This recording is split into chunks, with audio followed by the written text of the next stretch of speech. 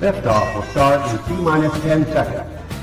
10, 9, 8, 7, 6, 5, 4, 3, 2, 1.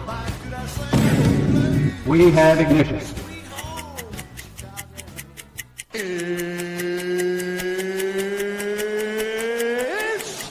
time! 15 seconds from game 7 or from championship number 6. Jordan, open, Chicago with the lead. Behind the screen, Piper got a piece of it. It comes off.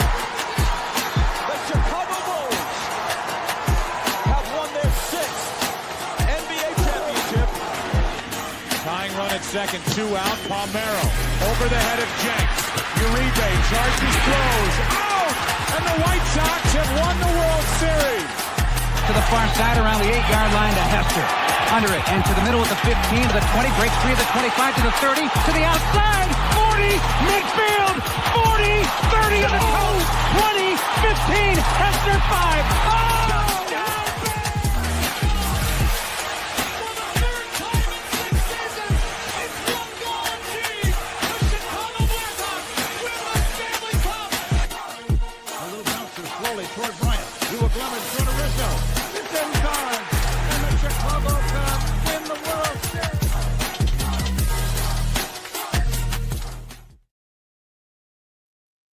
What up, what up, what up? Welcome to ShawnSierraSports on this Hump Day edition. I'm your boy, the SuperBack, Shawn Sierra. Thanks for tuning in. If you're watching us on Facebook Live, well, then I guess you found us on Facebook. And if you're not following us on Facebook, what? Come on, go to Facebook, type in Sports Zone Chicago, click the like button, and now you're following Sports Zone Chicago. Simple. Now, if you're watching this on our YouTube channel, excellent. And if you're not subscribed to our YouTube channel, for real. Come on, go to YouTube, type in Sports Zone Chicago, click the subscribe button, but also click the notification button. That's the little bell next to it. That'll let you know anytime a show from Sports Zone Chicago is going live. Get it? Got it? Good. Now. Oh, hold on. Now, you can also tweet the show. Tweet us at Shy, that's CHI. Get this out of the way. At Sports Zone Shy, that's CHI. Now, if you want to follow me, just me personally online, want to know what I did? Let me tell you what I did. I made it nice and easy for you folks. Nice and easy. One handle for Facebook, Twitter, Instagram, Snapchat, and TikTok. All one handle at the Shawn Sierra. Listen, we got a great show, but I need you to get interactive. So whatever platform you're watching us on, whether it's Facebook, YouTube, or our mobile app, leave a question. Oh, not the mobile app. That's coming up later.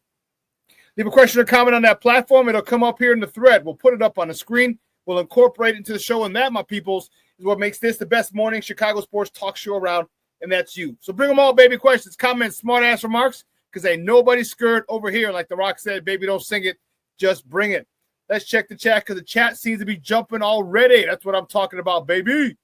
Oh, man. Rick Gonzalez isn't here in the house. Says, good morning, Shawn. Nice job of poking the Cubs with a Tom Petty song. That was all Steve-O. That was Steve-O, and Steve-O's a Cub fan. He said, bear down on FGB. Listen, FGB, I don't give a damn what time of day it is, night it is. Ain't nothing wrong with an FGB. Hey, listen, you know what? If any of you have my number, or if you follow me on Facebook, and you send me a text message, or you send me a message via Messenger, FGB, it's always welcome. I'll probably send back a thumbs up or a heart sign. I don't give a damn. FGB. Michelle Walls in the Mickey Picky house said, what's up on a hump day and NBA draft night is here? Yes, it is, baby. Yes, it is, doctor. Yes, it is.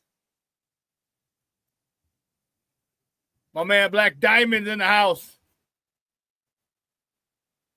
He's like, what's up? We still bet you.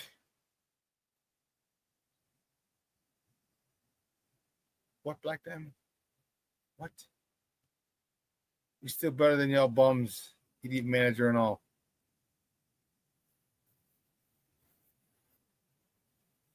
All right, we might have to put you in timeout for a little bit, Black Diamond. I'm not saying, I'm just saying.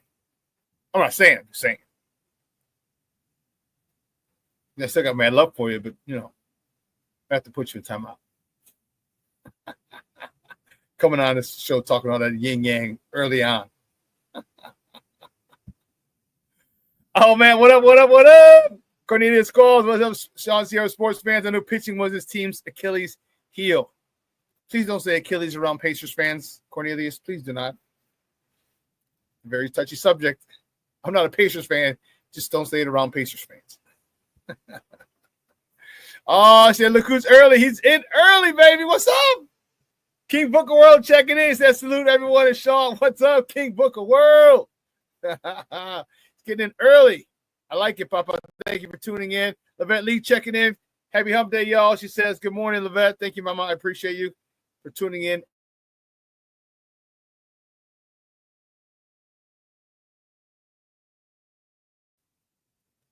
Black Diamond. What the hell, Bobby?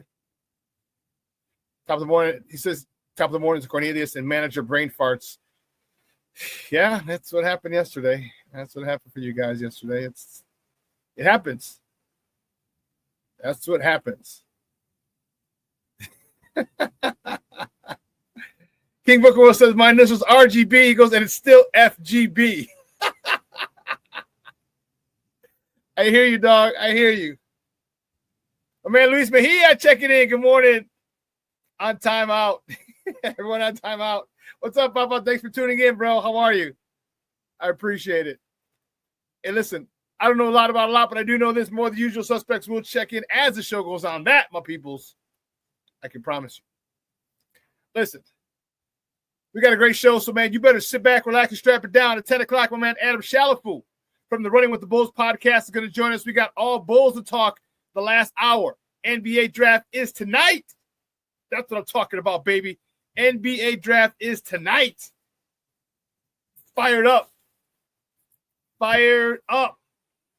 So we're going to talk about the Bulls number 12 draft slot. Any potential trades? Are they moving up, moving back? Any trades outside of the draft for the Bulls with Adam? And then at 10:30, well, Adam's going to be with us for the last hour. And then at 10:30, one of the SmikeFellas themselves, fresh off of his birthday celebration last night, so he might be a little hungover. My man Damani Pugh, Lucky Lefty himself, is going to join us at the bottom of the hour at 10:30. And me, Adam, and Lucky are going to talk Bulls, NBA draft, NBA finals. We have a lot to talk. So make sure you do not miss that last hour. Boy, it's going to be a good one, baby. It's going to be a good one. It's going to be a good one. I'm telling you. A lot of excitement, a lot of talk going into the draft.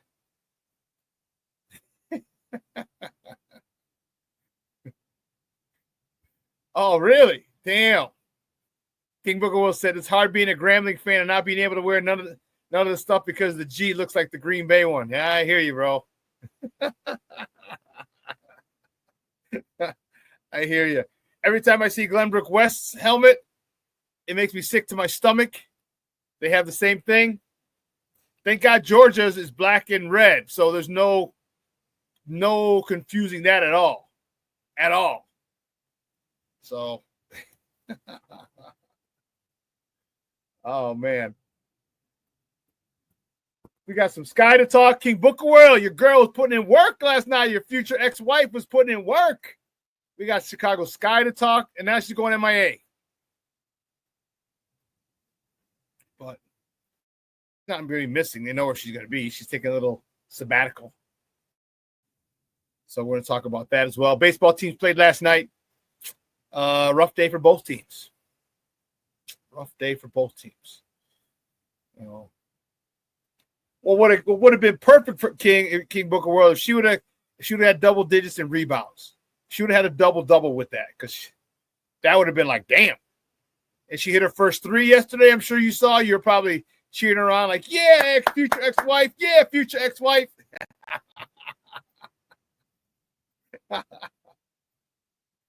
Oh, man. But that would have been perfect had she been able to get a double-double yesterday.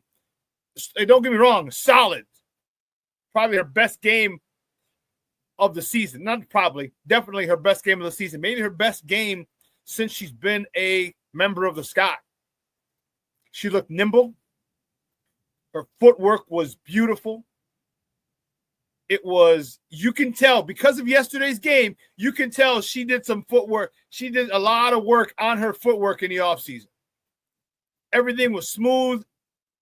No wasted motions. No clunky, awkward steps like she had last year. Everything was smooth on her yesterday. Especially that, including that three from the corner. Splack eye. Splack eye. Like, hey, easy there, Brazilian girl.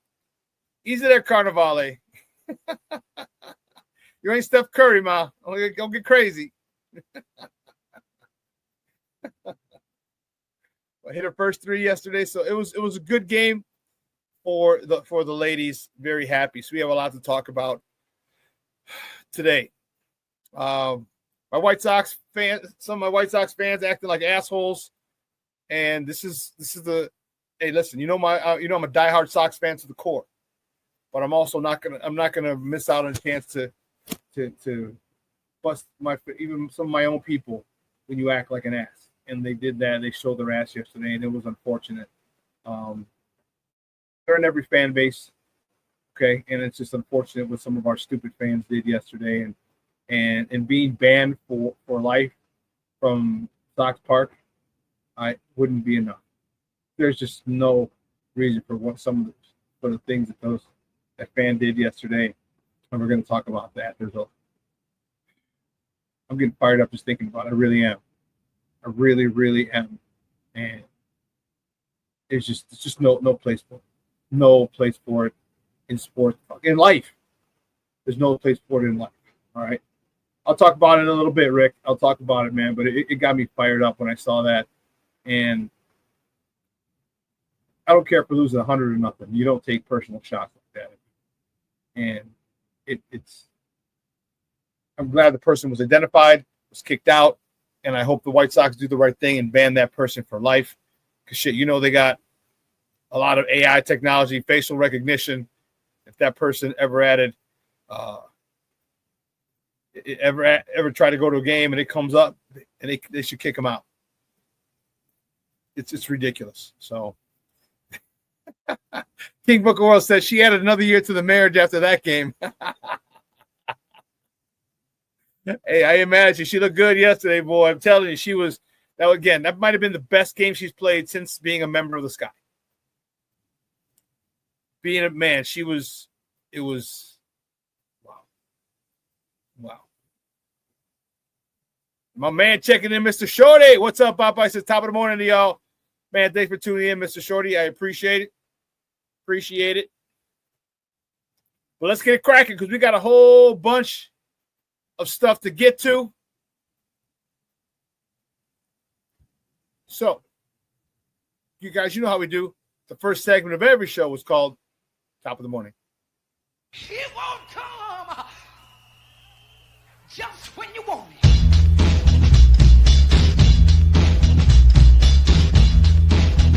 Top of the morning to you. Top of the morning to you.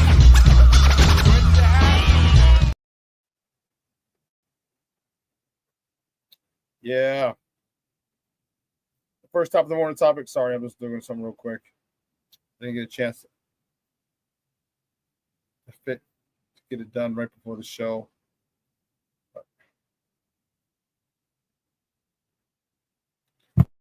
See, the first top of the morning topic, which way do we go? Which way do we go? Which way do we go? We know which way we're going. We're going here. Cubs. Rough one for the Cubs yesterday. Yeah, it was a rough one. The Cubs. They fall second straight game, fifth and four of the last five. They fell to the St. Louis Cardinals, the division trailing. Man, now they're only 2.5 games up in the division. They fall to the Cardinals 8-7. Jameson Taillon was serving up gopher balls yesterday. He got the loss. He's 7-5. 4 innings pitched, 8 hits, 8 earned runs. Woo, they were teeing off on him. 2 punch-outs. Seiya Suzuki did his best to keep the Cubs in check. He hit a home run, his 21st of the season, driving in his 65th. 66th and 67th runs of the season. Nico Horner, 3 for 4 with a homer, his first of the season, driving in his 32nd and 33rd RBIs of the year. King Tuck was 3 for 4, driving in 2 RBIs, bringing this total to 48 on the year. PCA had a couple of bad plays yesterday. Yesterday was a bad day for PCA, or a rough one. All right, he thought there were 2 outs. I thought there were 2 outs in the inning. Made a catch in center field when there was only 1. Runner tagged and scored. And it was. Then they had a runner on third, and he bunts to get on base, which caught King Tuck, who was on third. Caught him by surprise. He didn't know. I mean, and then Craig Counsell. I'm okay with it. Craig Counsell put him on Front Street and said he did that by himself. That wasn't called. And he put the youngster on Front Street. And I don't think it was a bad thing. I really don't. I think he learned from it. And I think PCA will be better for it. I'll tell you what. I would not be surprised. Let me take this down.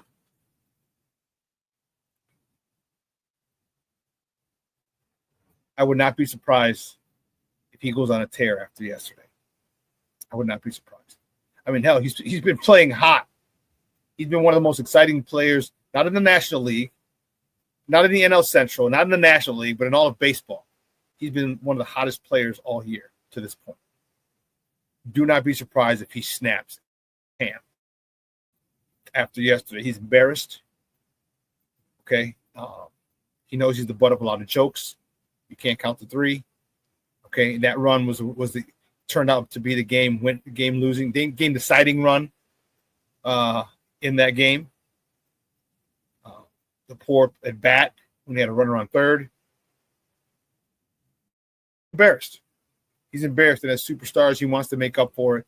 And please don't be surprised if he goes ham. If he just starts snapping better or worse, if he goes off crazier than before, the way he started this season, if he takes that to another level, Jesus Christ, that will be insane. That would be insane. I'm not saying, I'm just saying. Same with the Cubs. The next top of the morning topic, the Cubs take on the Cardinals again. They've lost the first 2 out of 4. They got to win this one. At least split them. They got to get 2. If they lose the next 2, they will only be a half game up. They take on the Cardinals again today in the Loop. All right, first pitch is at 6:45 p.m. You can catch that game on the Marquee Network or listen to it on their flagship station, 670 a.m. Probables for tonight's game, Matthew Boyd for the Cubs. He's on the bump for the Northsiders. Excuse me. He's 6-3 with a 2.84 ERA, going up against TBD to be determined by the Cardinals. The Cardinals haven't decided what they're going to do just yet. Keeping it moving, baby. The next top of the morning topic, the White Sox. And another tough one. Oof.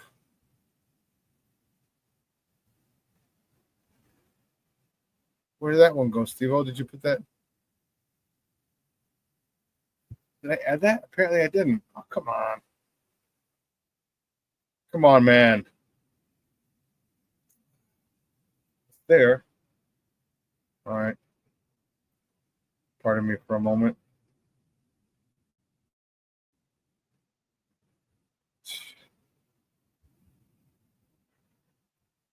Craziness, craziness, craziness.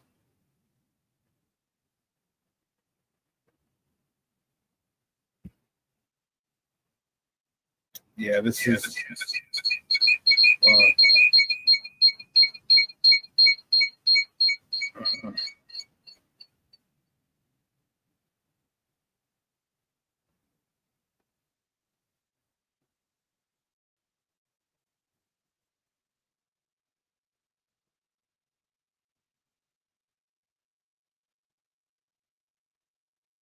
There we go. Okay. There we go. Okay.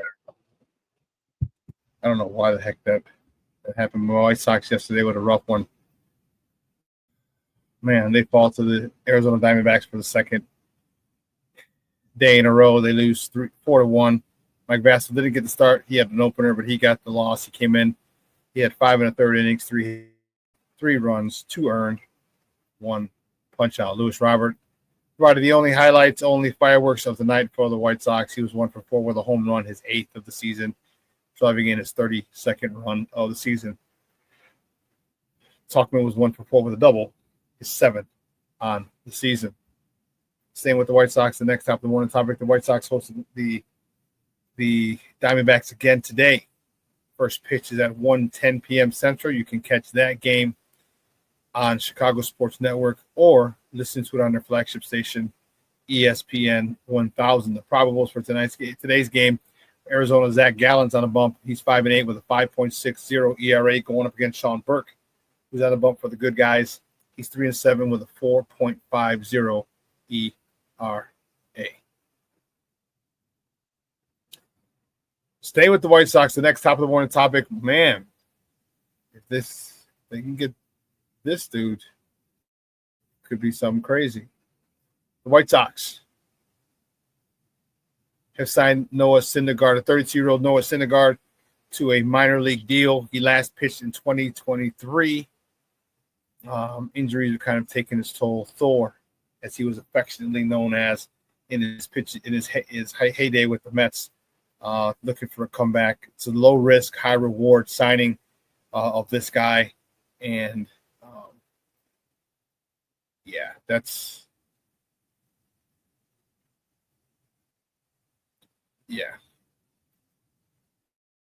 it's good. I'm excited. Again, low risk, high reward. Nothing more, nothing less. This guy can come back and. Ozzy said this morning, we need inning eaters, and Noah Syndergaard, he's not going to be throwing 100 miles an hour like he was in his heyday. We can get him back up to 94 to 96, somewhere in there. That's great. Okay. Ozzy was saying he was hitting around 90 before, and so we'll see. All right, low risk, high reward.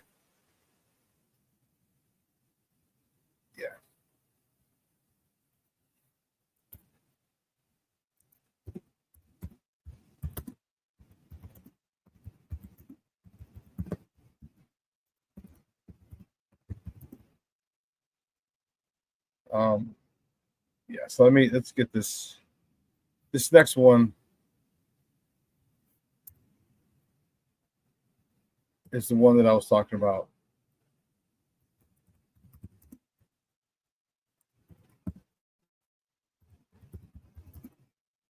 And this has really got me fired up.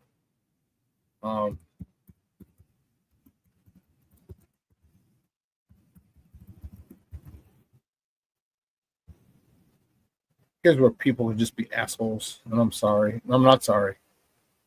All right, the next top of the morning topic. Rick, this is what I was talking about. And it is embarrassing. Ketel Marte, Arizona Diamondbacks, was brought to tears yesterday. One of our lovely White Sox fans was verbally abused him and made some comments about Ketel Marte's deceased mother. His mother died in a car crash in 2017 back in the Dominican Republic. And one of the asshole White Sox fans, my own people, okay, decided to razz him and give him shit about his mom who died in a car crash. All right. As I said in the beginning of the show, there's no place for this in sports. Hell, there's no place for this in real life. You don't, it's bad enough when parents die of natural causes, but to have a tragic situation like this thrown in your face by a fan is unforgivable. They pointed out who the fan was. The fan was immediately removed from the ballpark, and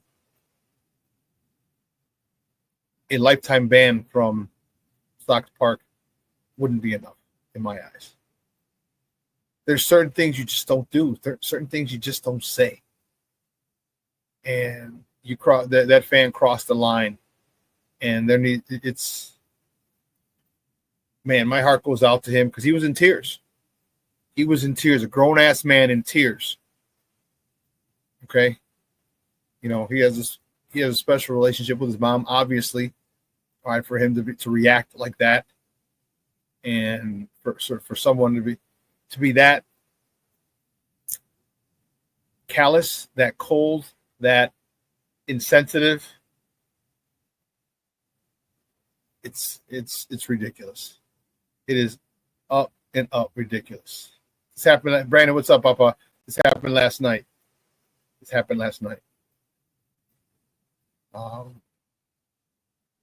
Yeah.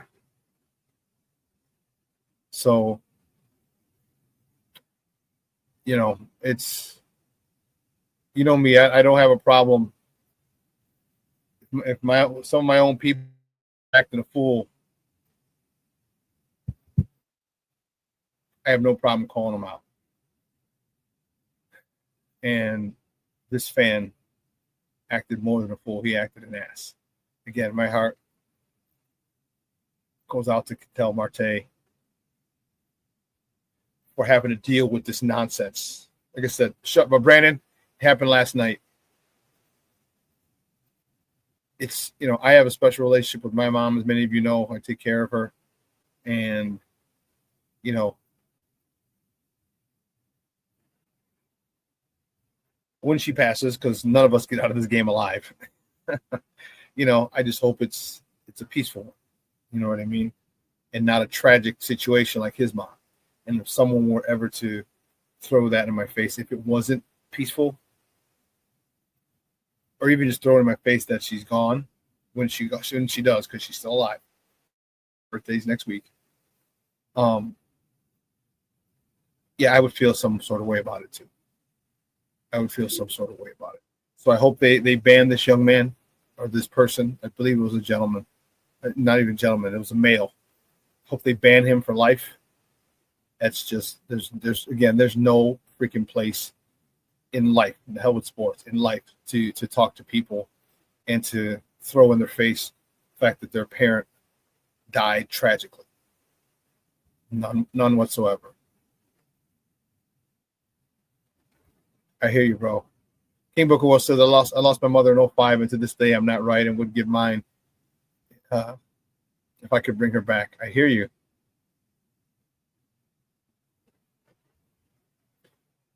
Shorty says I'm surprised the fans around him didn't beat his ass. You know what? It would have been worth it. It would have been worth it. But you know what? The people, you know what they did do? Because they would have got arrested. He could have pressed charges on them, and they pointed him out. But that deserves an ass whooping. It does. It definitely deserves an ass whooping. Brandon says, what did he do? He was verbally abusing Ketel Marte, the gentleman whose picture I had up there. He was throwing barbs about his dead mom. His mom passed away in a car crash back in 2017. And so this asshole thought it was cool to make fun of it and bring it up in his face. Something I don't know what was said. It wasn't reported what was said, but for a grown ass man like that to be in tears had to be something pretty bad. That's what he did, Brandon. He was heckling Ketel Marte about Ketel's deceased mom. So yeah, that doesn't sit well with me at all. Doesn't matter what fan base, my own, any other fan base. It's cowardly. All right, it's low class, and you're right. He should have got his ass beat. Hopefully, they, as the cops were taking him away, they kept saying, "Stop resisting! Please stop resisting," because that would have been deserved. So, well, listen. Here's what we're gonna do. All right, we're gonna take a quick break. On the other side of the break, after I get the warden off to CrossFit. On the other side of the break, I have more top of the morning topics, so don't go anywhere, folks. Keep it locked right here. Shawn and Maya in the morning. keep saying that. Shawn Sierra Sports. It's muscle memory. Shawn Sierra Sports on Sports Zone Chicago.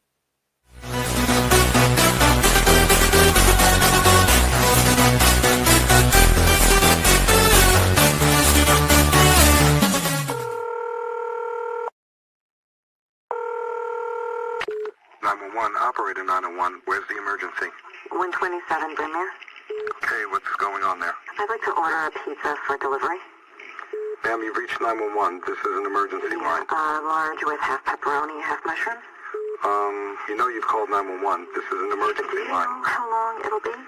Okay, ma'am, is everything okay over there? Do you have an emergency or not? Yes. And you're unable to talk because... Right. Is there someone in the room with you? Just say yes or no. Yes. Okay, it looks like I have an officer about a mile from your location. Are there any weapons in your house? No. Can you stay on the phone with me? No. See you soon. Thank you.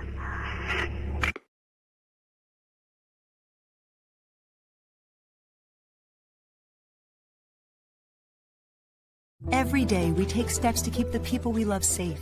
But some health risks are easy to miss. Ticks hiding in the yard can spread germs, like the ones that cause Lyme disease. Mice searching for food can spread bacteria that makes us sick. Mosquitoes lay eggs in standing water and can spread West Nile virus and more. Cockroaches are drawn to water in the home, leaving behind allergens that can trigger asthma attacks. Common pests can threaten our health. Learn how to protect your family at pestworld.org. When I'm flying, I put my helmet on, my visor down, my mask up. You don't know who I am. Whether I'm African American, Asian American, Hispanic, white, male or female. You just know I'm an American airman kicking your butt.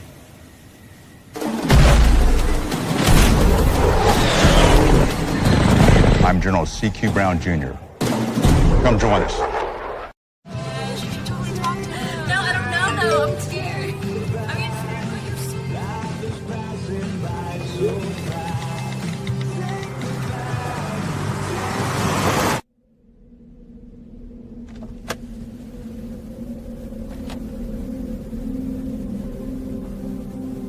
Do you know that you're in my lane? No, not at all.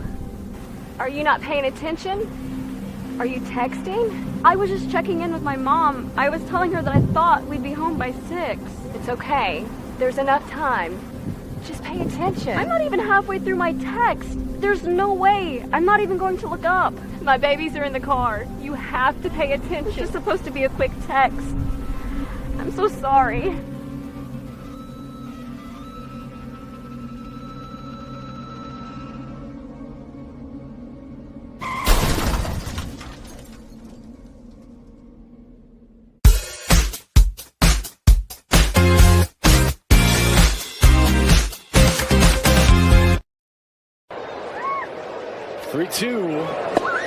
Got him up and in with a fastball. Struck him out at 96. That ball hit well and in the left. Back goes Gurriel. He's not going to have a prayer at this one. Robert takes him deep and ties the ball game at 1. Feel the bat or lack of feeling that it's going out of the park. That ball. Talkman laces one into right. This is going to get to the wall. Talkman will head to second base, in with a slide, and it's a leadoff double. Welcome back to Shawn Sierra Sports on Sports Zone Chicago. Those comes courtesy of the Chicago Sports Network. Those were 2 of the 3 hits that the White Sox had yesterday. 2 of the 3 hits yesterday. One was a homer. The other one was a double by Talkman, as you saw in the corner. That was insane. That was insane.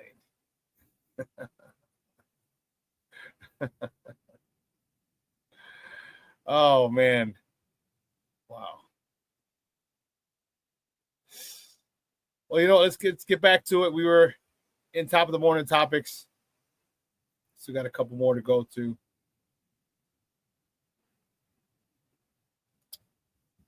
King Book of World. Here you go. Stand up, baby. Chicago Sky yesterday with a beat down. Punk jump up to get beat down. Chicago side beat the LA Sparks yesterday on the south side in the South Loop. All right, 97-86. Camila Cardoso, her best game as a Chicago Sky, 27.7 rebounds. Angel Reese says, you know what? Let's not forget about me. I'm the double-double queen. Me bounds and all. 18 points, 17 rebounds for Angel Reese yesterday, and Ariel Atkins contributed 13 points in the winning cause as the Skies, again, beat the LA Sparks 97-86. Man, tough, nice game by the girls. They look good. It was fun to see them play. Fun to see them play, and it was awesome to see them with a victory. They were happy. This team is good. They're not great. They're good. You know what? And they just need to play better together. The cohesion of that team is what's missing. The cohesion. All right. Yeah. So keeping it moving. Man, peep this. Next top of the morning topic. I posted this on Facebook yesterday. If you missed it, man, go check it out. Duncan Keith inducted to the Hockey Hall of Fame in the class of 2025. Wow.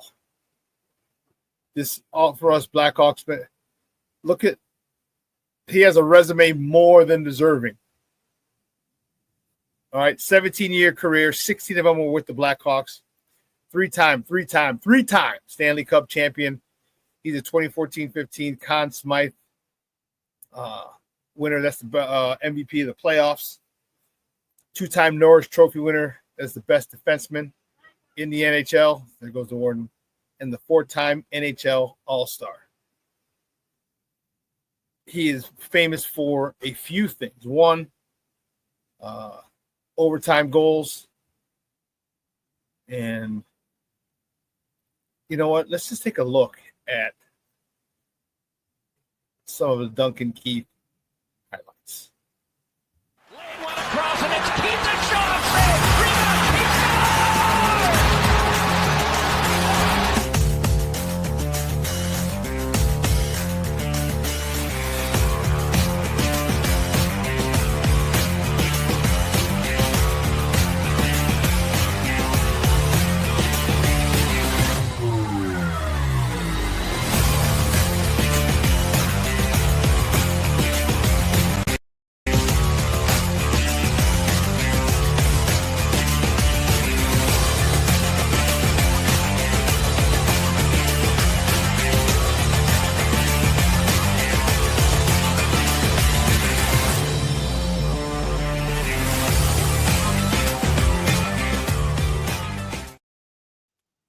Man, Duncan Keith was an Iron Man. You talk about old school player.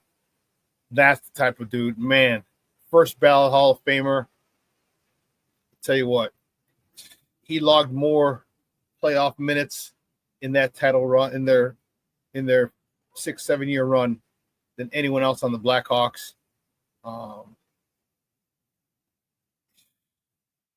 The epitome of a team player, and his conditioning is out of control. His conditioning was out of control for him to be on the ice for so long. And Joe Quenneville knew it. He's like, I got a horse here. I got to use him. And he did. Shorty says, Keith was so awesome. Those Blackhawks teams were so much fun. Man, weren't they? And we were spoiled. From 2009 and 2010 when we won the first one. All right, we were spoiled. Okay? We were very, very spoiled. 13, 14, we should have won that year too. And 15, it was unbelievable what our Blackhawks were able to do.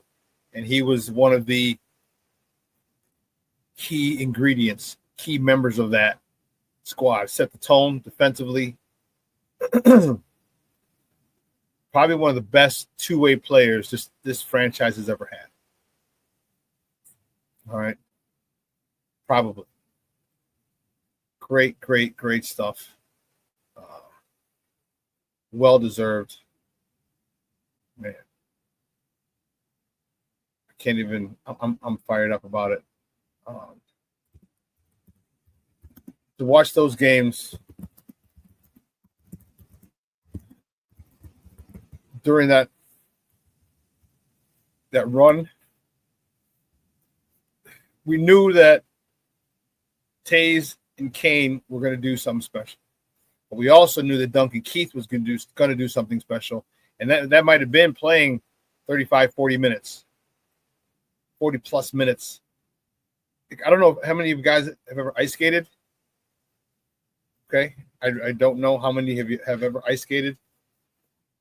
Ice skating is tough. Ice skating is tough.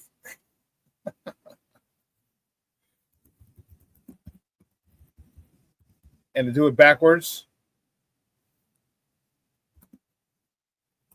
it's, as he had to do most of the time being a defenseman.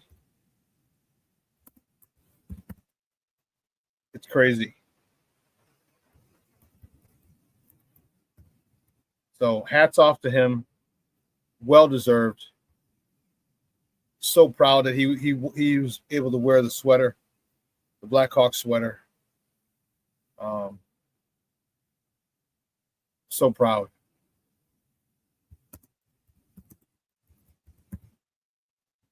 And it's great. And I've been a Blackhawks fan for a long time, since high school. When I told you guys a story of my cousin, big time gangbanger, loved hockey, got me turned on to hockey as a kid, even sooner than that, back when Ron Hextall was a rookie and he took the Philadelphia Flyers to the finals, the Stanley Cup finals, to face the Edmonton Oilers in that dynasty. Messier, Gretzky, Grant Fuhr, Marty McSorley, Gary Curry, Andrew McSorley, all those guys, that whole Edmonton Oilers dynasty. That's when I really fell in love with it. And importance, I respect what defensemen have a tough job.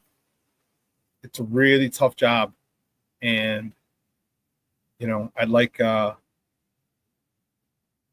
guys who take on that position in the game. All right, it's a tough position. And it's not a glorious one. It's not there always seems to be blame. If you're giving up, your team getting up a lot of goals, you're always asking, where are the defensemen? Why aren't your defensemen poke checking? Why aren't you getting people why aren't you cross checking people out of the crease? Why?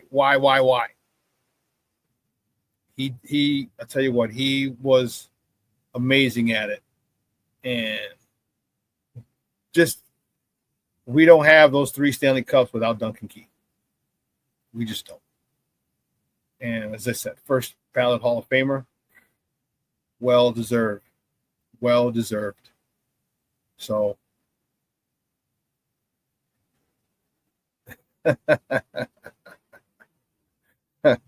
Mr. Shorty says, ice skating is about the hardest thing I ever tried. It takes balance, man. It takes balance. Rick Gonzalez says, I'm Mexican, so no, I never even tried.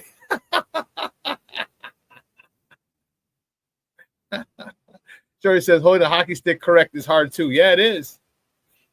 It is. And I learned how, and he taught me how to ice skate. I'm telling you, there's a picture going around the family. I don't know where it is, who has it, but there's a picture of me. We were at the old house on 18th Place. We were living in Pilsen. We were at Dvork Park. My cousin Chula, she ran it. She was the park director there for years. They froze the pond or the field, which when as a kid you thought was so big, and as you got older and like, oh, this isn't really a big field. But it as a kid, it was big. Now, mind you, we moved away from there when I was in 3rd grade. Was that 8 years old? So I had to be 5 or 6. There's a picture of me and hockey equipment. Okay. And my cousin standing behind me, we're both holding a stick. Like with, and he was standing behind me and my little ice skates. I had the 2 blades. So those of you who know hockey or ice skating, all right, obviously there's a single blade that players play on. But for young kids, when you start learning, it's 2 blades. It gives you more balance. So I had those on, and there's that picture. Someone, I don't know who in the family has it, but they have it. And I loved hockey since then. So to watch that run, to watch those key players. Obviously, we know Taze and Kane. All right, but let's not forget Dustin Byfuglien. Let's not forget Patrick Sharp. Let's not forget, Duncan Keith. And obviously, let's not forget Hossa, Haas. Okay, all those guys that contributed to those 3 should have been 4 Stanley Cup championships. Amazing. So, again, hats off to him. First ballot Hall of Famer. Well deserved. Man, love it.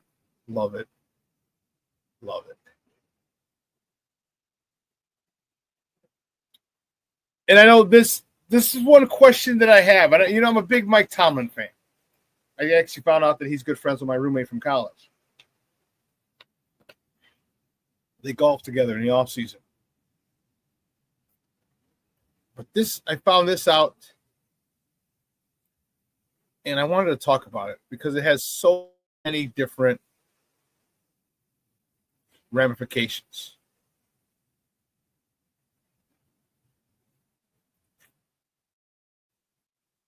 Come on. Has so many different ramifications. All right, because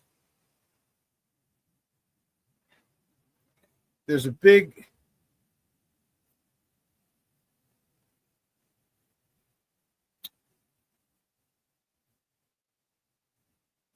to-do about this whole situation. Okay? And we know what it was. He just took his time. And decided to, I'm going to show up whenever I show up. I think I didn't do this, but whatever. Aaron Rodgers stated on the Pat McAfee show that he's, quote unquote, pretty sure the 2025 season will be his last season. What I put game? Wrong one. What I put? It's horrible. Oh, you know what? It wasn't me. It was the auto fill. So my question to you is this. Has nothing to do with Aaron Rodgers. Okay?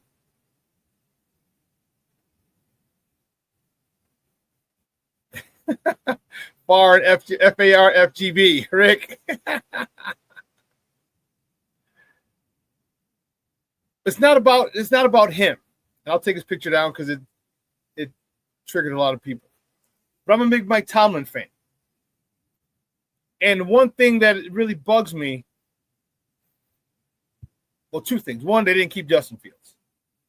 They were playing around too much. All right. Try to stall. Figured no one would give him an offer. Or hoping no one would give him an offer. They can come in and lowball.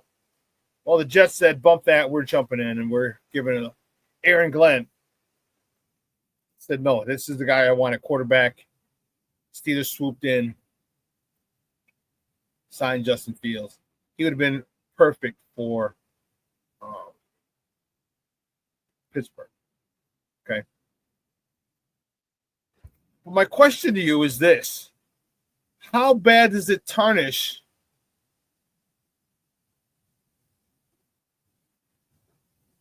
or does it tarnish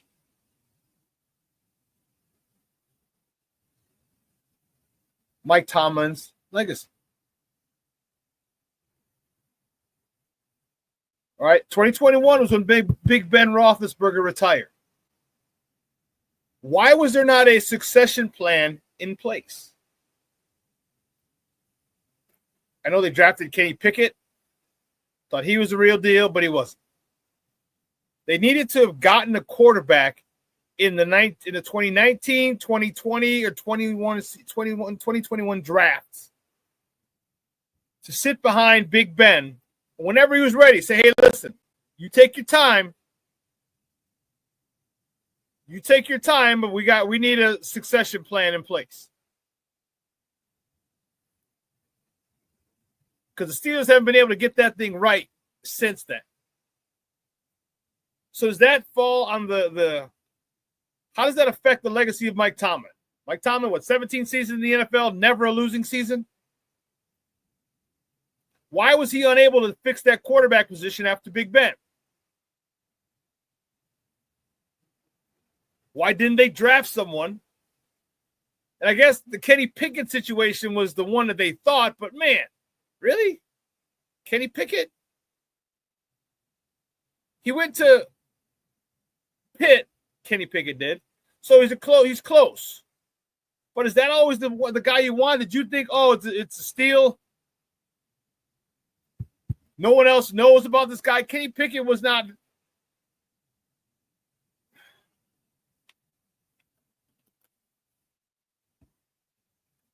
setting the world on fire at Pitt. And my question is, why didn't Tomlin address this?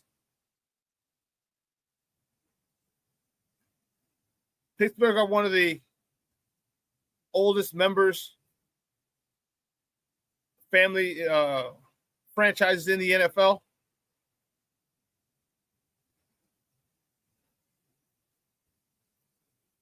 Rick Gonzalez says it's kind of hard to get a quarterback when you always pick in the late 20s. That's the quarterback position. This is why the Steelers are going after vets. Yes, but you can't just go after vets now. Now you got to get a quarterback that's going to be there for a while if you intend on being a perennial contender. Shawn says Steelers settled on a 41-year-old quarterback. They did because they had to, because the guy's, I mean, we hate that son of a bitch, but the guy's good. That's why we hate him, because he's good and he beat us all the time. But you have to have a succession plan. Mr. Shorty, I agree with you. They passed on Sanders 5 times. Yeah, this is what racism will get you. Many teams had him off their board. And this wasn't from the head coach. This is from up top. This is why I think the SmikeFellas and I had talked about this. They didn't like Deion Sanders. They didn't like Shedeur Sanders because he was young, brash, cocky. Had a couple of bad interviews at the combine. I get it.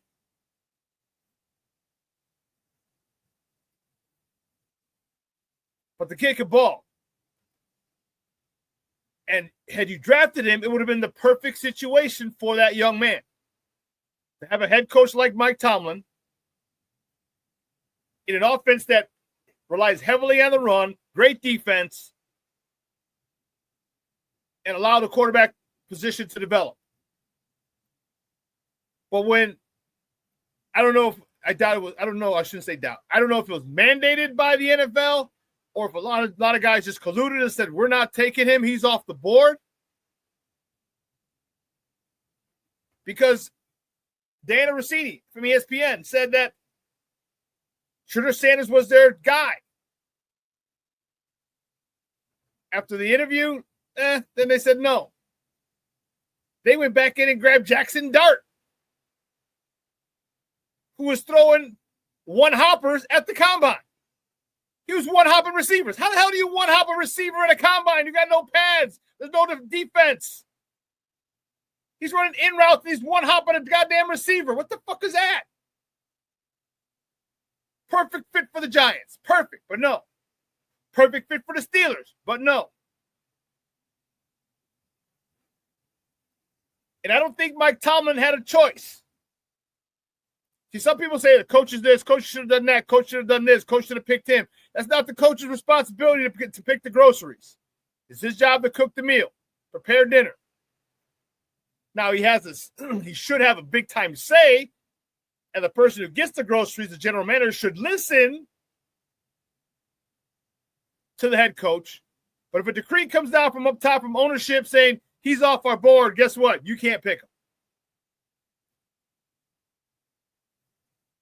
So I don't know if this affects Mike Tomlin's legacy, because you still don't have a quarterback. So what if you go to the AFC title game and lose? It's not a bad, it's a great season. Get to the AFC title game, but you lose.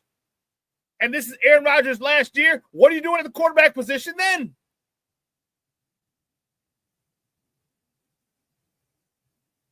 They need to find someone, some way to get a young stud quarterback. And they're tough. They're tough to come by.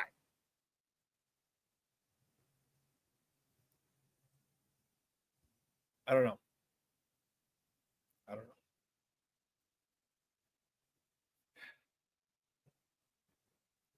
No, Mashawn, they said the Steelers don't have a future quarterback in place at all. No, they don't. I mean, if Aaron Rodgers goes down, I don't even know who the hell their backup is. They need a youngster, a young gun.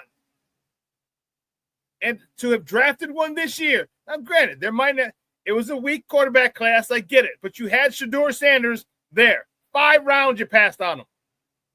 5 times. To have it, how great would that have been for him? He's mentored by Tom Brady and gets to sit behind Aaron Rodgers for a year before he takes over the starting QB spot in 2026. How great would that be? As a quarterback, for you, for the franchise, for the Steelers, how great would that have been?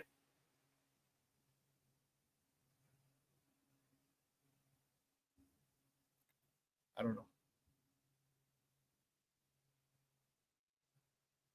When you hate something, you do a lot of times there's an old saying, don't cut off your nose to spite your face. When you hate something that bad, and they hated, it seems like there were so many people who hated Deion Sanders for his brash, bodacious attitude, braggadocious attitude, and his son. That they took him off the board, but he could be the best quarterback in this draft. Passed on him. 5 rounds people did. Doesn't make any sense. But here's what we're going to do. We're going to take a quick break. On the other side of the break, we're going to welcome my man Adam Chalifoux from the Running with the Bulls podcast. NBA draft is tonight. Oh, did I do that? Did I say that earlier? I did not. Should have said the last topic I want to talk about. The NBA draft first round is tonight from Brooklyn, 7 p.m.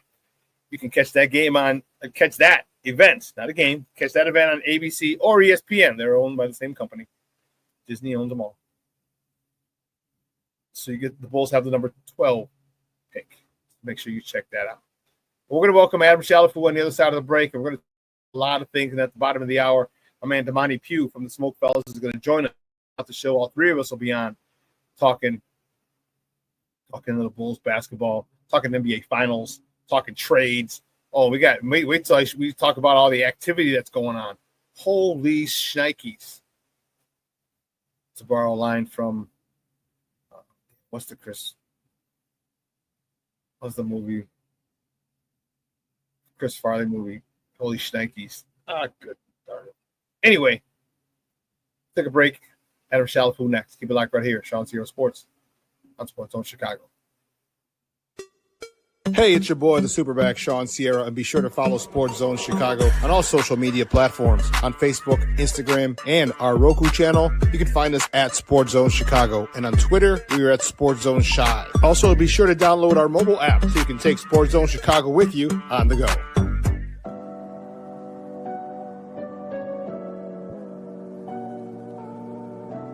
How do you take care of your mind health?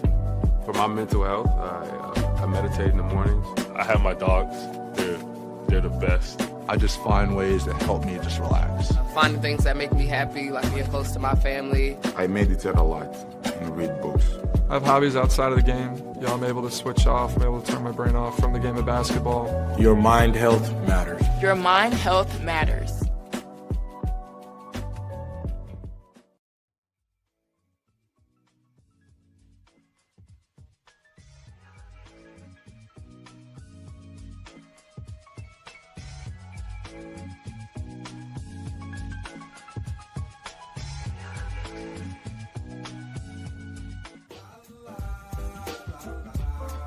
It's a romance sport.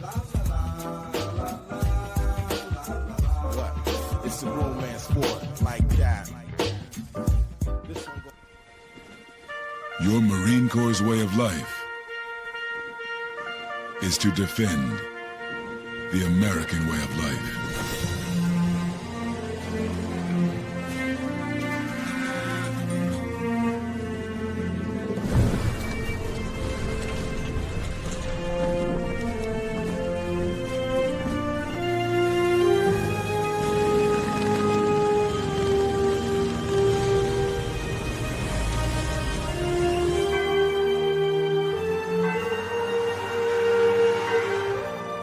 Every day,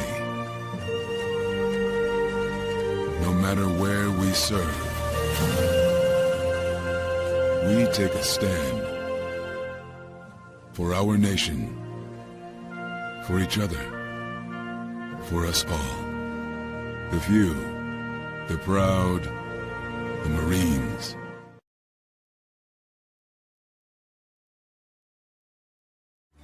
Everybody in a work zone is someone somebody. This is my mom. She works for KDOT. This is my dad. This is my mom. This is my daddy. This is my sister. This is my daddy. This is my son, Scott. He was killed while working in a highway work zone. When you drive through a work zone, drive like a life depends on it. Because it does.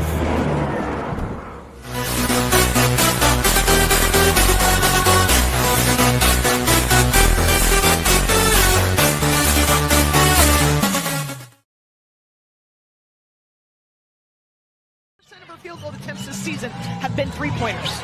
Angel Reese, the backdoor cut, the screen set perfectly by Rachel Banham in the first. Oh, Angel Reese, quick hands, and she's off to the races. Angel gets stopped, finds Onyenwere off the glass for two. Chase Rickea Jackson off the down screen, and so she was able to make the pass. Hamby's got 11, the second to double figures here for the Sparks. Cardoso, Reese for the finish. Skyscrapers connecting. Kia Nurse up to Rebecca Allen, fires and hits! Ties it at 65! Cardoso's got 9 of the 12 points here in the fourth quarter for the Sky. Hesitation move, Atkins gets it, float job is pure. Welcome back to Shawn Sierra Sports on Sports Zone Chicago. Those tips courtesy of the U. WCIU, the U yesterday. Those are the girls, those are the ladies. Hello, hey ladies. Going back to the Beastie Boys, all my old school people. Big win yesterday by my girls, the Chicago Sky, over the LA Sparks yesterday. That was dope. That was dope. It was 97-86.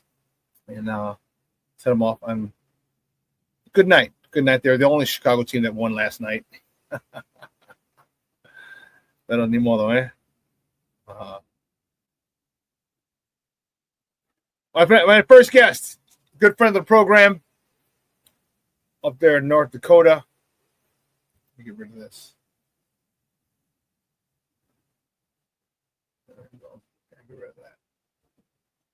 He is the host of the Running with the Bulls podcast. Where did it go? You can find him on Twitter at WhatCanFoo. That's F-O-U-X. Do the number 4U. What can Foo do for you? Guys, just welcome back to Shawn Sierra Sports. Adam Chalifoux. Adam, what's up, Papa? How are you? Living the dream, man. Happy to be here. Happy to be talking some Bulls and draft day. So a crazy time in the NBA, but maybe the Bulls make their move tonight. Let's talk. The NBA just finished the other day. Mm-hmm. The finals. Give me your thoughts when you saw Tyrese Halliburton go down. So to me, at that point, it was over. I was hoping there's only one game. And I know they had a lead at halftime. I'm talking about the Indiana Pacers, but I also knew that look, they're gonna come back down to earth because OKC seemed to let up a little bit because I think they were more affected by the Halliburton thing than Indiana. But then someone slapped them back into reality, and they just ran away with it in the second half. Give me your thoughts on that, on the Halliburton situation. Well, it was just really tough just because you look at the journey that the Pacers took to get there. A lot of people thought they were going to lose to the Bucks. A lot of people thought they were going to lose to the Cavs. A lot of people thought they were going to lose to the Knicks, and even on running with the Bulls, I think Josh took the Bucks. I think he picked against the Pacers all of the rounds, and he's not necessarily wrong for that. They were underdogs throughout. There were a lot of things that happened in the playoffs that are sad, and some things that are going to affect next year and is going to kind of come back up with some of our Bulls talk. But you have the Tatum injury, right? You have Donovan Mitchell playing on one leg, and then the Pacers find a way to get there. They make it to that game 7. Halliburton comes out guns a-blaze and scores those 9 points really quick. Yep. And then it was just kind of like if Rocky Balboa broke his hand in the first round against Apollo Creed. Like you have this awesome matchup. You have this awesome underdog story. And I think that like people joke and they toss around the word script all the time with professional sports. Well, this is a perfect example of there is no script. It's a dude out there fighting for everything he's worked for his entire life. And to have that taken away from Halliburton was gut-wrenching to see.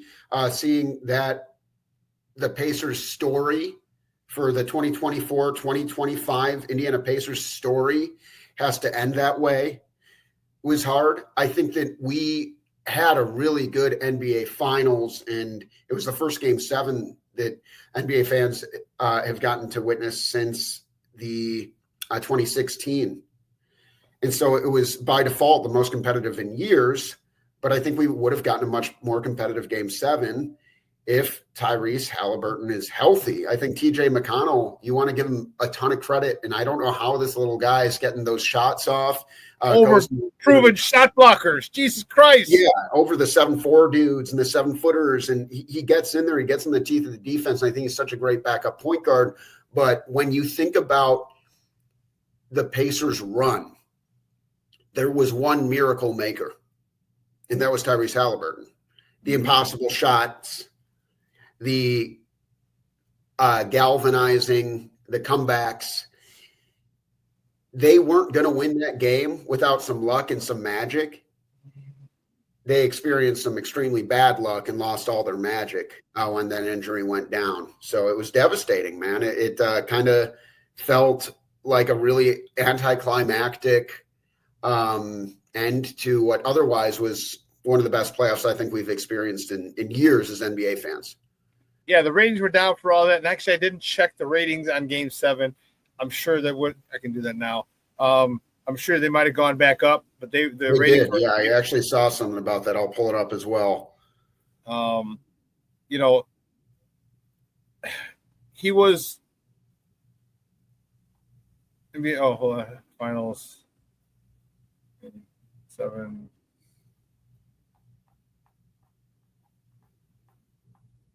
Wow, the most watched NBA Finals in 6 years. There it is. Yep. 16.53 million, average 16.5. It peaked at 19.28 million. It's a lot of that's a lot of Mother Hubbards, dude. yeah, and that's a lot of Mother Hubbards. And I'll tell you what, Halliburton, I didn't like him for some reason. I didn't like him.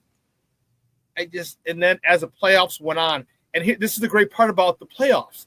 Here's where you build your legacy.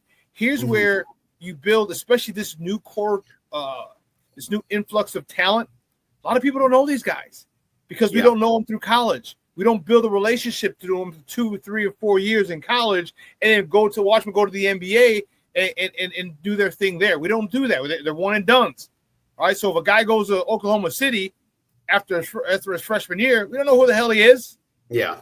Okay. And this is where the Halliburtons, he was getting more notoriety. The SGAs was getting more notoriety. Okay. A lot of other people, we knew Pascal Siakam was a world champ.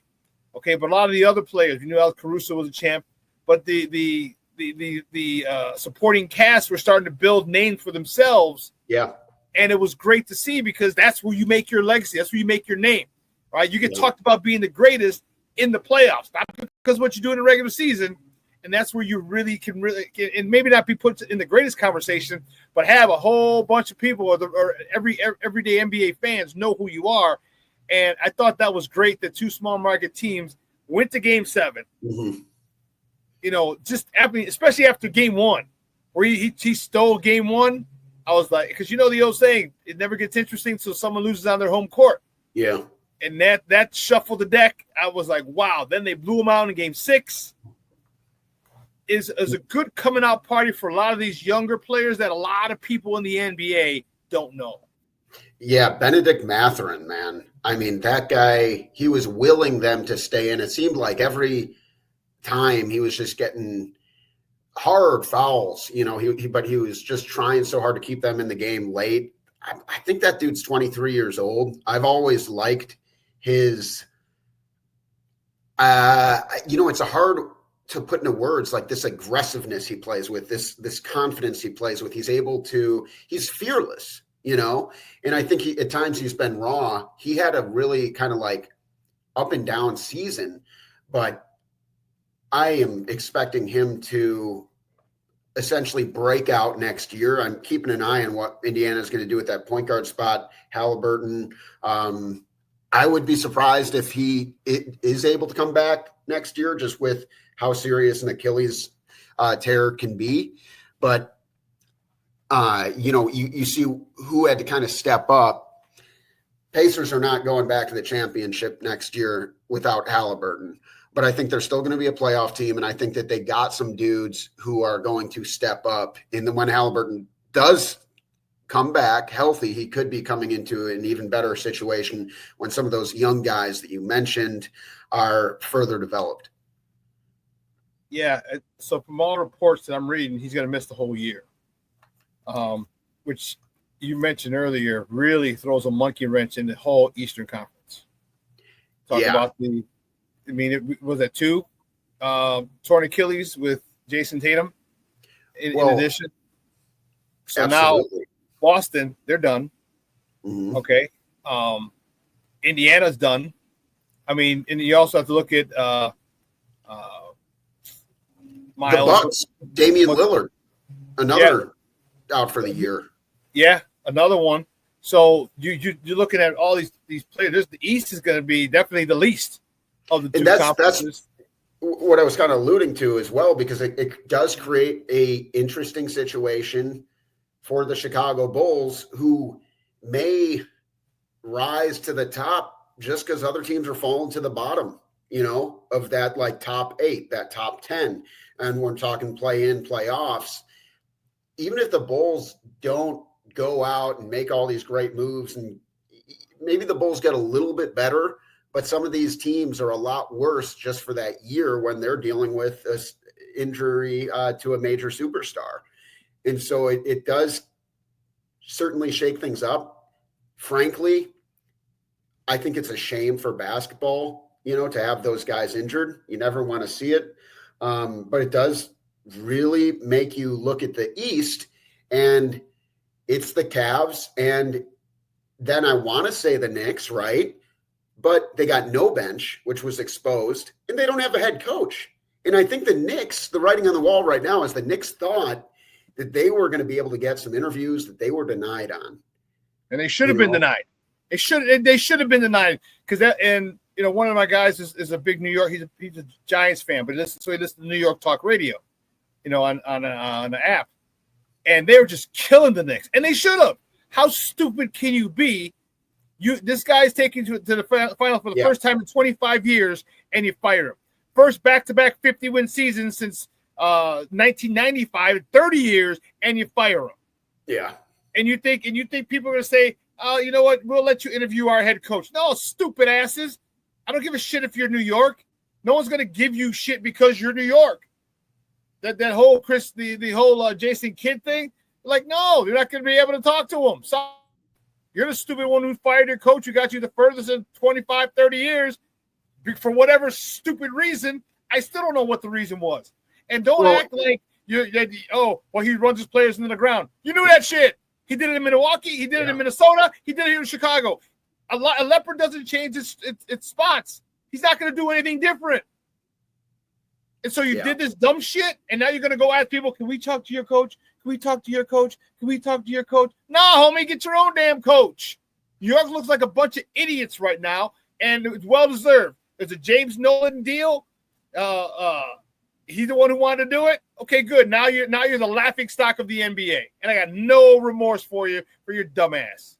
Sorry, I got fired up a little bit. No, I mean, I feel like I think Mike Budenholzer is probably like the guy who's gonna be at least make the most sense, and I think is a good coach.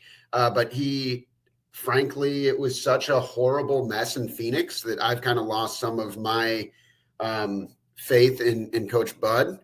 But I mean, like, yeah, to think you can fire Tom Thibodeau. Look at the Bulls, right? To think you can fire Tom Thibodeau and then get an upgrade is pretty foolish. It really is. And you know what? And every season, just like in football, especially in football, but in basketball, it changes as well. You never have the same team 2 years in a row. You can have majority of the same teams, but you never have the same team 2 years in a row. And you look at the Pacers. Is Miles Turner done? He's been there for 37 years. Jesus Christ. So that and every takes year out. He's rumored to be traded. Every year he's supposed to be a Laker. So, what happens there? And then we talk about the Greek Freak. All right. What the hell's going on in Milwaukee? Boston. We know what's happening there. Okay. There's just a lot of craziness going on in the NBA. And you're right. I could easily see the Bulls, the way they finished the season. I could easily see the Bulls getting into the playoffs because of what you said, the attrition. Teams just got worse. Boston, New York, they don't have a head coach. Now Indiana, 3 or 4 teams get worse and considerably worse. That bumps everybody else up. And I think the Bulls, it would be and I think that'd be a great thing for the Bulls because you get into the playoffs and now there's that expectation. And these guys for the whole season get to play together and be familiar with each other. So in the following season, in 26-27, you got a team that's pretty the chemistry is pretty good with that team, and the expectations are higher for that team. It could be a really good thing for this Bulls team. Yeah, I like what you're saying. It could be a year where they grow substantially. And then, I like what you're saying with that heading into that 26-27, this team could be in a whole different tier of goodness. They do have some of their work cut out for them for sure. And now it's the offseason. So look at our guy. Look at our guy. All right. There he is. Looks like look at Matas. He looks like he's already some muscle on. He's already starting to be in the weight room. Okay. I told you and I told everyone else on this God blessed show. Wait till the 26-27 season. When he's got 2 off seasons, the kid's 20 years old. I don't even know if his nuts dropped yet. Is it the Eye of Sauron? Is he in the Lord of the Rings? What the hell's going on there? Oh, it's some sort of basketball. Yeah, a little basketball. You know what I'm talking about? The Lord of the Rings movies? No, I don't. Okay, I'm too nerdy for you. Well, wait till this kid gets 2 off seasons. Like I said, I don't know if his nuts have dropped yet. He's 19, 20 years old. Come on, man. Get him in the weight room with the way he plays. And then with what we just talked about, the cohesion and the team building that's going to happen this year, and especially if we play and get into the playoffs, not and avoid the play-in. Wow, that's going to be one heck of a season. A lot of expectations for the Bulls if the situation plays out just like that. Yeah, and we'll see. I think, they still have, like I said, some work cut out for them. The Magic are going to be much better this year. That they just made a move for Desmond Bane, of course. There's other teams that are going to be capitalizing on this as well. But, yeah, it creates an opportunity to leapfrog some teams, even if it's temporary. But then, it does create a road to even relative success. I think every Bulls fan is so ready to just be done with the play in. So they want that top 6. We know the Heat are going to be competitive. The Hawks just made an interesting move to get Kristaps Porzingis. So there's teams that are going to be fighting to climb up just as much as there's going to be teams that are going to be falling down with those injuries. I kind of look at the Eastern Conference hierarchy right now, and I see Cavs, and then I see everybody else. I think the Celtics have enough depth where I think they're going to still be really good. I think the Knicks have a good enough team where even if it's kind of a mess at times, they can only be so bad. I think the Pacers prove to have a lot of depth, and I see those as like those 3 teams I mentioned, maybe like high 40s wins teams. The Bucks, I have no idea. I don't think they're trading Giannis at this point. I mean, maybe, but I don't think it's going to make sense for them. And I think they're going to look at what's going on in the East, and they're going to see the opportunity to maybe, hey, our star point guard's hurt, but so is everybody else's, but keeping an eye on teams like the Pistons, the Magic, the Hawks, and the Bulls, in the Heat, and that's 6 through 10 right there. Somebody is going to take advantage of the opportunity. I think the Magic are at the top of that list for all the right reasons, but it's going to be really interesting, and we're going to see who can separate themselves tonight, over the coming weeks, free agency. But I think that we are going to have just one of those classic NBA off seasons where a lot of things we didn't see coming happen. Here's the thing trade you were talking about earlier. Yep. Boston, Atlanta, Brooklyn are finalizing a 3-team trade that sends Kristaps Porzingis and a second-round pick to Atlanta, Terrence Mann and the Hawks number 22 pick to the Nets, and George Niang and a second-rounder to the Celtics. So Porzingis, very interesting in Atlanta. The dude just can't stay healthy. If he can, love him and Trae Young. That's him and anybody. I mean, Porzingis is a stud. Just can't stay healthy. Exactly. Just can't stay healthy. There's a big problem if you can't stay healthy. What good are you? People don't want to trade for you. People don't want you because they know they're renting a player. You're a part-time player. And that's a very expensive player to not be on the floor. And very expensive part-time player. Yeah. Yeah, I like that. I if he can stay healthy, man,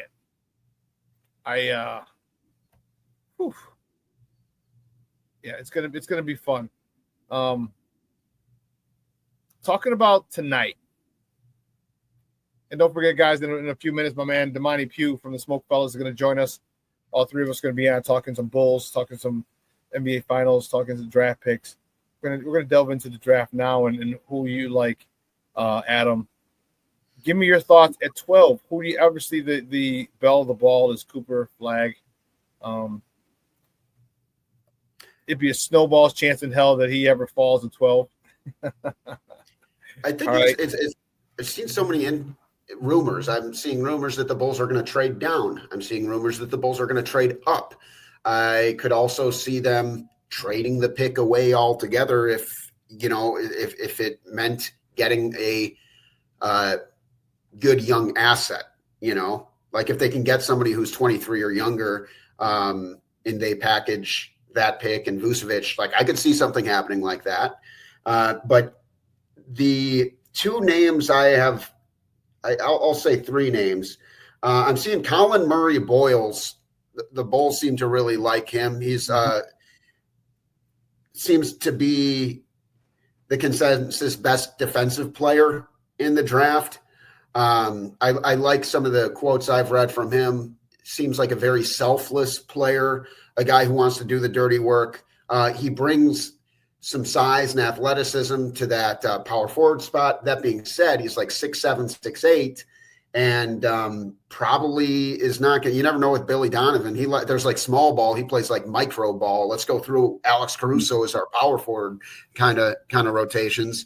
But even for a Billy Donovan team, I think he would be a little small for the center. I like the idea of Matas taking more of a stranglehold on that power forward position. I would really like Derek Queen because I think he needs to develop defensively, but what he brings as a versatile playmaking center. You'd have to, improve his range a little bit. But like you said, these guys aren't staying 4 years anymore. Whoever the Bulls do pick, it's more likely going to be someone who has to improve throughout the season. And we're more looking to evaluate them in a few years, 2-3 years, versus making our judgments right away. Because at 12, it's very unlikely you're going to get somebody who, like if Ace Bailey fell to the Bulls or something, who it seems to me maybe like sabotaging his stock. But, it just kind of creates a situation being at that 12 spot where you want to get a good guy, but you got to accept that he might not be a world shaker right away. But I look at Queen, I look at that like 6'9", 6'10" frame. Some of the reports I've read talk about like he's kind of got the size of like an Alperen Şengün or a Zach Randolph.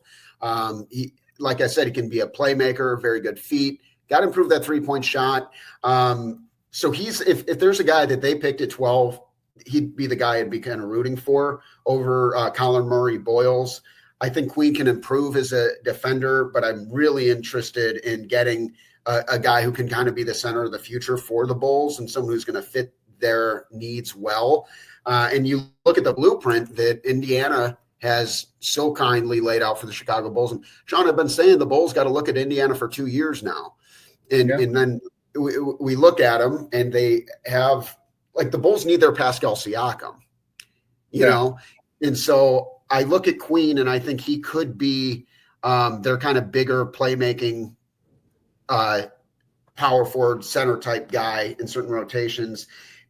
Now, if the Bulls traded up, I think Malawach is the guy to keep an eye on. Maybe they trade in the top 10 to grab him.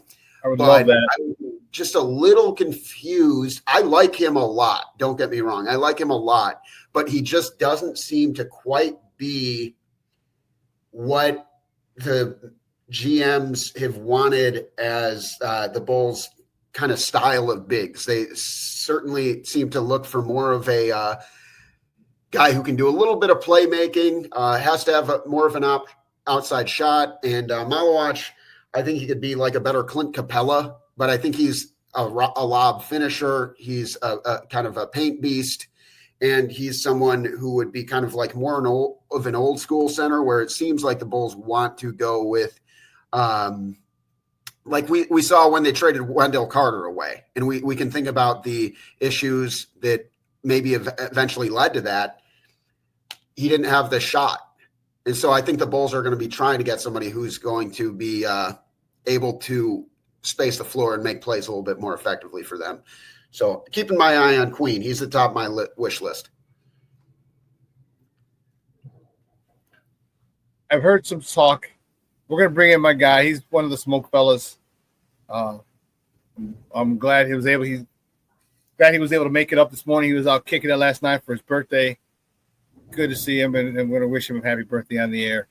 But you can catch the SmikeFellas every Saturday, 11 a.m. to 1 here on Sports Zone Chicago. He is Mr. It's 5 o'clock somewhere. You can find him on Twitter at Damani Pugh. That's PUGH 96335. Welcome back to ShawnSierraSports. Damani Pugh, lucky lefty himself. Look, what's up, Papa? How are you? Hey, good morning. How's it going? Glad you're up, dog. I was talking to Ben. He's like, "Yeah, my crazy ass is out with Damani right now. I should be home." Yeah, a little bit of a struggle, but I'm here. Good. So we were talking. Well, first I want to get your. We're going to backtrack a little bit. Give me your thoughts on the finals, and give me your thoughts on that tragedy that happened with with Tyrese Halliburton in the beginning of Game 7. He was hot. Hit 3 threes in that before he went down, and Indiana just had no chance. I know they fought well for the first half, but there was no way they were going to be able to withstand that pressure without his ball handling. But give me your thoughts on that on the Tyrese Halliburton situation in Game 7. Just feel like we were kind of robbed of a classic. You know what I mean? Like the way he came out, and history shows that when he's hot early, like he doesn't let up. He's gonna have a big game. And Indiana usually wins when he's shooting like that and when he's playing like that. So I just feel like, Game 7 after back and forth, what a lot of people thought was just gonna be a blowout. Like people had OKC sweeping them, but to get to Game 7 and it was the excitement and the big stage, and for him to go out like that, it just feels, I don't know, it just feels like we were cheated. It just feels like we would, as NBA fans. So as far as the question, should he have played, shouldn't he have played?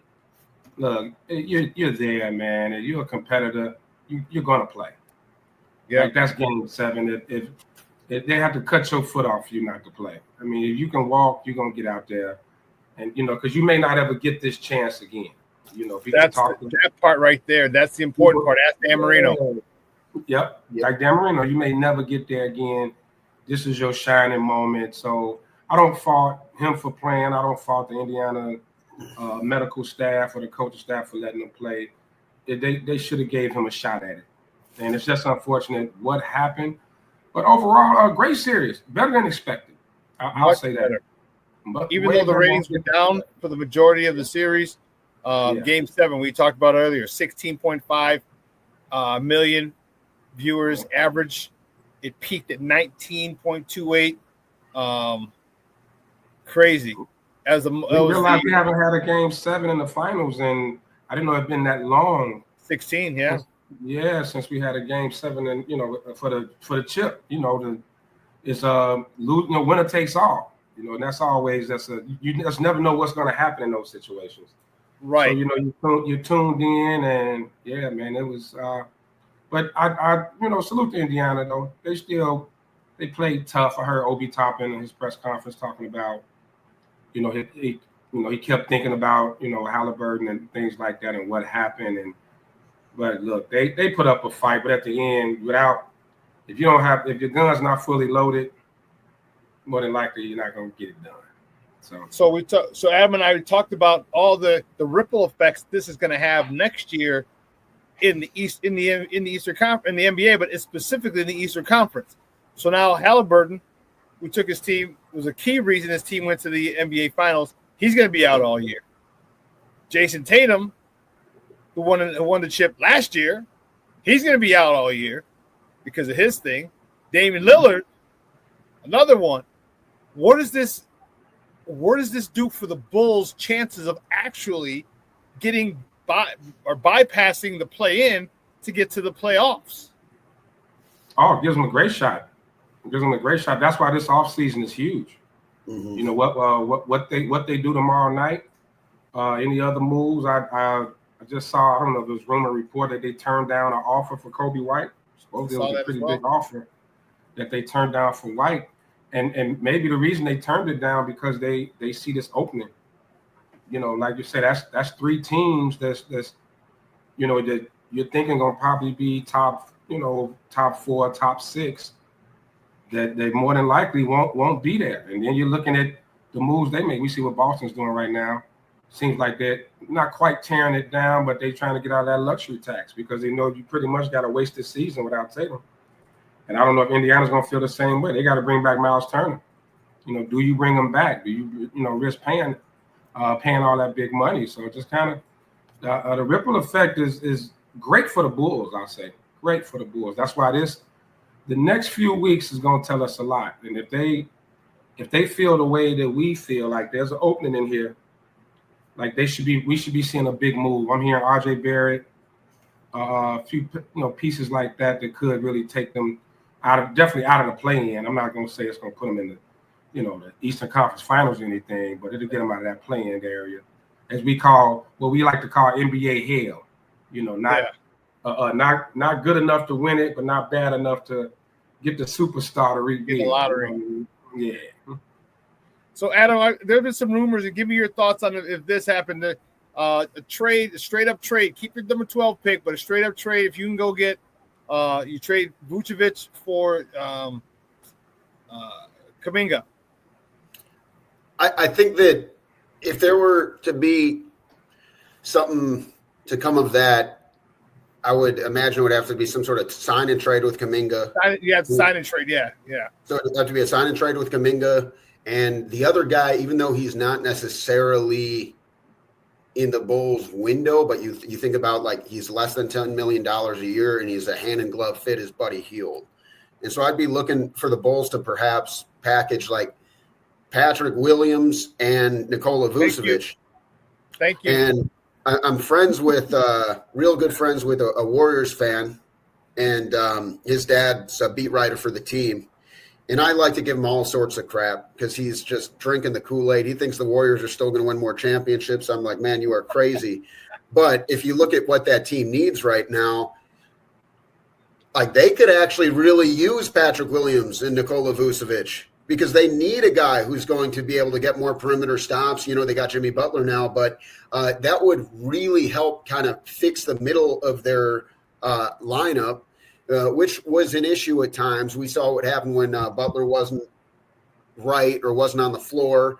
And you look at Jonathan Kuminga, and you almost got to send – if the Bulls are able to trade for him, you got to send Steve Kerr a thank you letter because this guy's value is tanked when he's actually a really good player at 23 years old.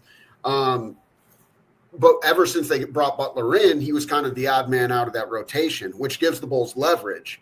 They got to – understand that, but then you look at that Warriors team and they don't have a good center. You know, like how many years do we got to wait for what's the dude to finally break out? Everyone thought was going to be this great center, Kevon Looney. Like it's not happening with Looney. He can be a fine backup, but I think like they need to find a team that is going to make like sense for. I think if the Bulls said straight up like, hey, Nikola Vucevic for Jonathan Kuminga, I think the Warriors would hang up the phone on him because you got a one guy who's, even if he's not in their rotation, they can get more than Vucevic for. Vucevic is a good little contract, but he's got a year left. They would want to extend him, but you almost wonder how much longer. But he does make more sense for a team that has Jimmy Butler and Steph Curry as the two big ones, and of course Draymond Green too. But then you all those dudes are about the same window. You throw in a Vucevic and a Patrick Williams, and all of a sudden you take that team much more seriously next year. Those guys aren't world changers on their own, but that would be a very good situation for them. Bulls get Kuminga, and you add that fast break threat forward, somebody who can get up, help them run, and fit their offensive identity quite a bit. So I'd be all for it. Yeah. Real quick, Damani had a situation at home. He's gonna hop back in a moment. So I hope that if that situation played out, that'd be dope because then we get a nice young player, again, 23 years old. And that's the problem. That's a big part of the problem, too. When you allow the 18-year-old or the one and dones, 19-year-olds, all right, the end of your first contract is pretty close, pretty quick. And by quick, I mean you're not even at your prime yet. That's the thing. You're your 25, 26 years old is when you're in your prime. You're getting your second contract, like Josh Giddey for the Bulls. We'll talk about him in a little bit, at 21, 22. And you don't even know who this player is yet. He doesn't even know what kind of player he can be. And you're starting to shell these crazy $30, $40 million contracts to these people. You're starting to shell out because they come in so young. I think the NBA is shooting itself in the foot because of that. And from what I said earlier, the NBA, the ratings are down because we don't know these players. They're coming out after 1 year. We don't know who the hell this is. I didn't know who the hell SGA was. I couldn't pronounce his name for until like a season and a half ago. All right. I mean, it's I didn't even know who he was. So they're shooting themselves in the foot because now these kids are getting their second contract, 30 million, 25, 30, 40 million at 21 years old, 22 years old. and they still haven't even developed. They could have maxed or peaked at that particular point, and now you're giving this dude $40 million, $30 million because of what he did. He had a decent first contract. Luck, give me your thoughts on that situation, how these salaries are going up and guys getting second contracts before they're even hitting their prime.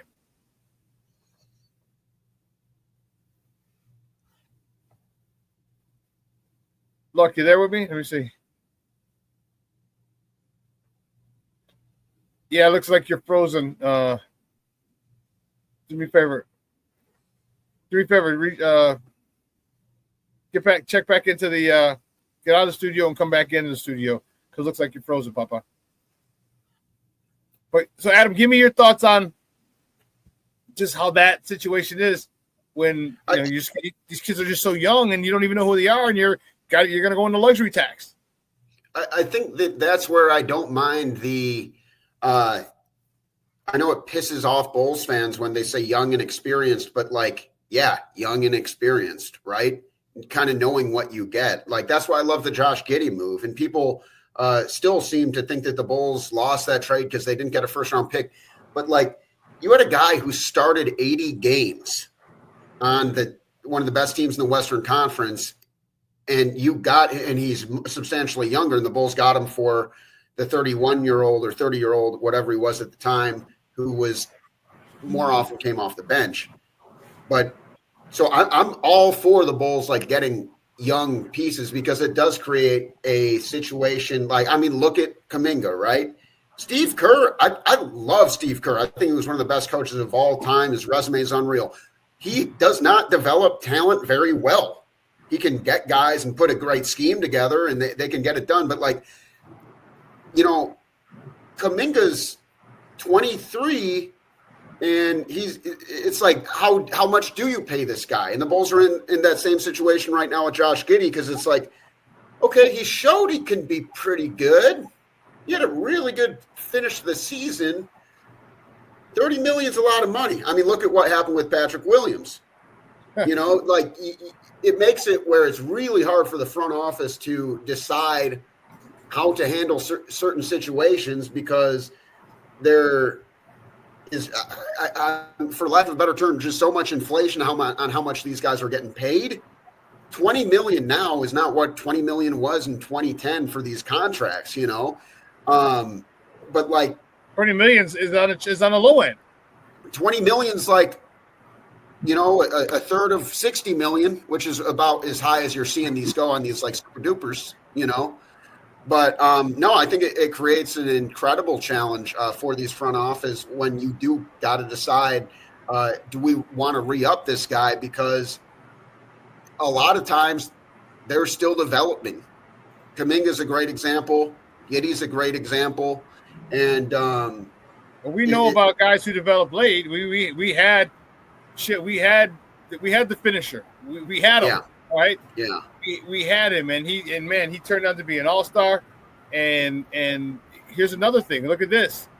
This is another thing that really gets my goat is that a guy we drafted, Daniel Gafford, signed a 3-year, $60 million extension. Now, what are we bitching about all the time, Damani? We need a rim protector. We need someone who can block shots. We need someone who can erase mistakes. Well, guess what? This is what this dude does. Just got an extension, and by the way, we happen to draft him. And he's not even a starter. he backs up lively. He doesn't even start. Yeah. Yeah, that's crazy. So but you're absolutely right. It's you try to you cross your fingers. You try to forecast. Is this guy going to reach it? You're pretty much signing these guys based off potential. That's how quick everybody was ready to give up on Kobe White. Yeah. And then he broke out. Now it's it damn near feels untouchable, right? But prior to this, last season, people were ready to be done with him. And we talk about it all the time on the show about how the patience isn't there. These guys don't have 3-4 years to get there. We want it right away. I mean, look at like you said, Bulls drafted Gafford. He was in the Bulls. Wendell Carter, who's been big for Orlando. Marketing. Larry Markkinen, who's an all-star. You know, finisher. Yep. Yeah, you move on. Now we look back and we're like, man, we need that same positions that, you know, we end up giving up a little too early. And I think, you know, our guys talking about Giddey, it's the same thing. You kind of in a spot where you can't really let him go, but you're doing it with your fingers crossed. You know, you're signing this type of deal with your fingers crossed that he's going to continue to rise and develop and become a star. I don't know about it. I don't know if he has superstar potential, but become a star and could be somebody that's part of a good team. You know, but how do you not become a superstar if you're damn near Mr. Triple Double, Mr. Ice Cube, man? I mean, every day he walks on the court, a triple double is pretty likely to happen or pretty damn close, and he's not going to get to that superstar status. What do you think is wrong with his game? Because I don't know, you fill up the stat sheet like that on a nightly basis, that screams superstar to me. But for all we have eyes and we just don't see him as a superstar. Star, yes, definitely can be a star, but not a superstar. Why? Why do you think that, Luck? I don't know. Just looking at, well, let me not say he won't be a superstar. The potential is there. Now that's going to depend on him and him working on his game, his health, which was an issue, you know, in OKC, things like that, and also depend on does this front office have time to wait for him to develop into that? Are they going to give him the time? Are they going to change? You know, are they going to keep Donovan as the coach? Do they panic like a lot of teams do and bring in a new coach who brings in a totally new system that he doesn't fit in? So a lot of things have to fall in place, I think, for him to become that. I don't think you could just keep bouncing him around and put him in different systems and expect him to become a superstar. So that's the potential is there. Like you say, he's a walking triple-double. I mean, the guy's game is there, but look what happened to OKC. You know, they start bringing in young other talent, people, pretty much guys who played the same position. He gets buried. He gets buried. So, you know, it happens all the time, though. We see it all the time. Lucky, going off that, I feel like with Giddey, and you can draw a parallel with the Kuminga situation too, is he's not a shooting guard. They made him play shooting guard in OKC, but that's because obviously you need the ball in SGA's hands. But how much better Giddey got when he was able to be the maestro of the orchestra, and like, you know, how much better did Giddey get after Levine left? And so I feel like when you kind of look at that and you look at the Kuminga thing, like these dudes are only going to be as good as they're allowed to be. But there's an opportunity that they have to reach their true potential. So whereas like I said, you know, Giddey's value got tanked by OKC. That's how the Bulls got him for Caruso. And Caruso, awesome. Definition of a win-win trade there.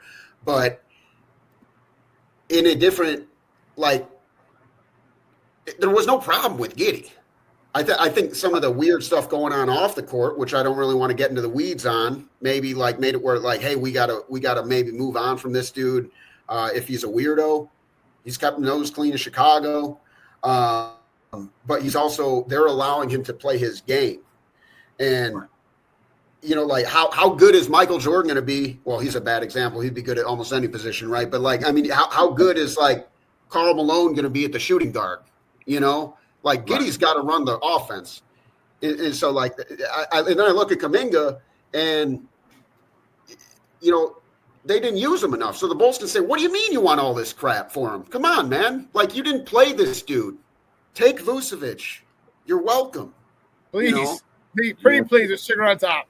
Take Vucevic. Yeah, you know, the thing with Kuminga, though, he just, like, I noticed with Golden State, we even see Buddy Hield struggled, you know, there most of the season. He kind of came on a little bit in the last series when they lost, but, like, that Golden State system, like, you got to be a fit. Like, Kuminga just isn't a fit, which is why he never really got the playing time. But that week that we know he's good.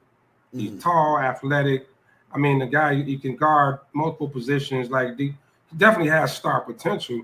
But when you get in that Golden State system, it's just something. It's something about it. That's why, like we talked earlier about not being able to develop a big. You get in there. That system really isn't developed for bigs.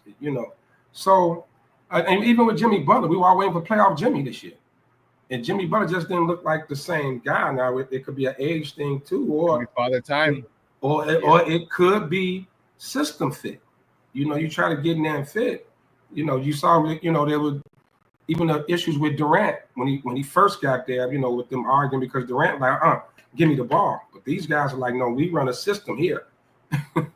So yeah, Kuminga's a bad fit, and I think the Bulls should be able to get him for a little bit nothing. I'm hoping Golden State don't think with how they used him that they about to get a big haul for him. I don't see how they could feel that way, even to sign a trade. I don't see how they feel that way. So, Luck, to go tonight's round one of the NBA draft, who do you like? Who would you like the Bulls to get, and who do you think realistically the Bulls can get or are going to take at 12? Oh, the big man from Maryland, the youngster. I always forget his name. Freshman. Big guy, a little undersized. Derek Queen. What's his name? Derek Queen. Queen, yeah. Queen. I really like him, man. I really like him. I think Donovan, he can develop under Billy Donovan. I like his game, light on his feet, a lot of moves. He probably needs to, probably get in a little better shape. You're going to have to get in there and work on a little diet thing with him and get him like NBA shape. Let's just say that. But the skill is there. Definitely something the Bulls need. Always add more shooting. Never have too much of that. Not in today's NBA. You could always add more shooting. So Queen was my first choice. But if there's and there's always this unknown overseas guy that comes in and just Mr. Do It All. So like I say, it's Queen first. I kind of been looking through some few guys' names I can't pronounce. Some guys from overseas. This one kid, they were showing his highlights. I was like, wow, this guy's amazing. Left-handed, tall, lanky kid. French kid? For nothing. What is it? Is that the French kid? Yes. From France? Yeah, cannot pronounce his name at all. So, Essengway. I don't know if I'm saying that right, but him and Behringer, both French, both nice. Yeah. So, like with the Bulls, if you could get, an athletic big is going to help. But like I said, adding more shooting doesn't hurt. A stretch big would be great, but there was one that can do a little more than Vooch, because Vooch seems to be limited. Like he can give you a little bit, but he's defensively he's a liability. Yeah, and he's just not a banger. So if you can get a guy that can do a little bit more than Vooch, younger, more athletic, that'll be the way to go for the Bulls. Just keep adding to this young core. Just keep adding. I don't think they need to go out and do anything crazy. If you can't get a Kuminga, I even like RJ Barrett. Oh, I love RJ. I would love RJ Barrett in the Bulls uniform. If they could pull that off, that'd be a great move. And like you said, keep Giddey at the point. I don't know what they're going to do with Lonzo Ball. It sounds like he's going to be a trade piece probably around the deadline. They'll probably look to move him. But, I don't think Giddey and Ball, that's that good fit together along with Kobe White. So, yeah.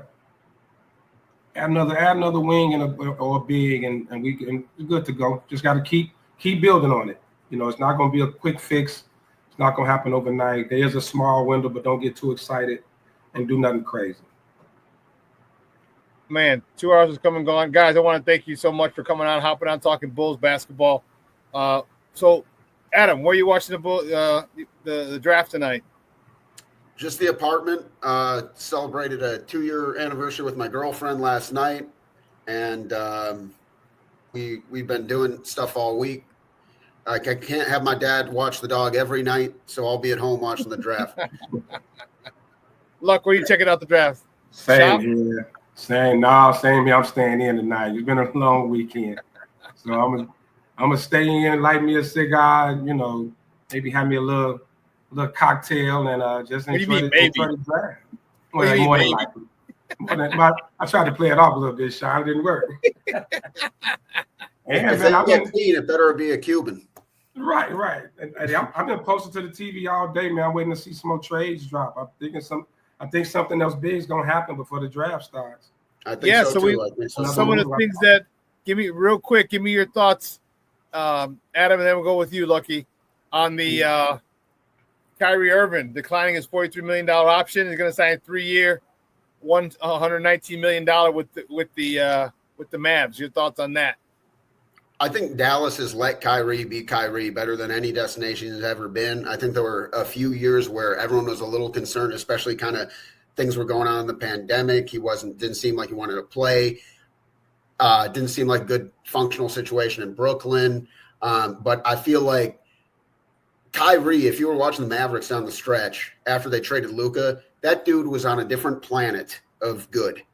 I think he's just he's a true artist in the game. Like he's got one of the smoothest games you'll ever watch. He's one of my favorite players to watch.